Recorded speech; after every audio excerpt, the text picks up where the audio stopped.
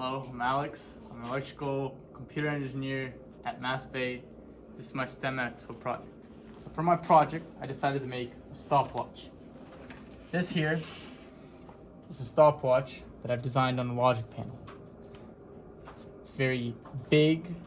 The view is obstructed. You can't really see the numbers or what's going on, but it works well. And because of the logic panel, it's very easy to test. It's got power and ground, so there's no need for a battery.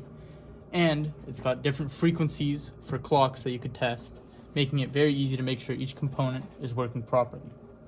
What I decided to do was make it a little bit less big and visually nicer and more appealing. So I decided to solder it onto a PCB board. So what I've done is go to the solder station, make sure everything is safe and working properly. And I've soldered using one of these little boards. Did a little bit of soldering.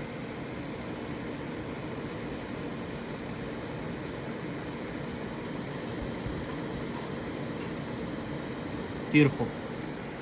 A little soldering. I've decided a map of how I was going to design it. So instead of looking like that, you can look a little bit more like this. A lot simpler, easier to see, and on the back side you can see all the wiring and all the soldering. You can turn it on using this little switch, and you turn on the timer, so it's like that, and it counts pretty accurately. It's about 0.4% error, so over 30 minutes on a timer, this was 8 seconds slower. And then you could reset it using this little button right here. To break it down, this is like a clock.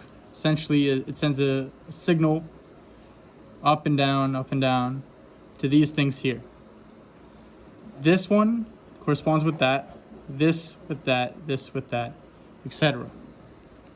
And then this thing takes that signal and it converts it into a visual number, like 0 or 1 or 2 or 3. Essentially, using the frequency on here to represent it on here, which, oh, wrong button. See this one? Yeah. To create the stopwatch. This guy right here makes sure that when it's 59 seconds, the next tick goes on to the minutes, because we don't have more than 59 seconds in a minute. Okay. This design, that's my project.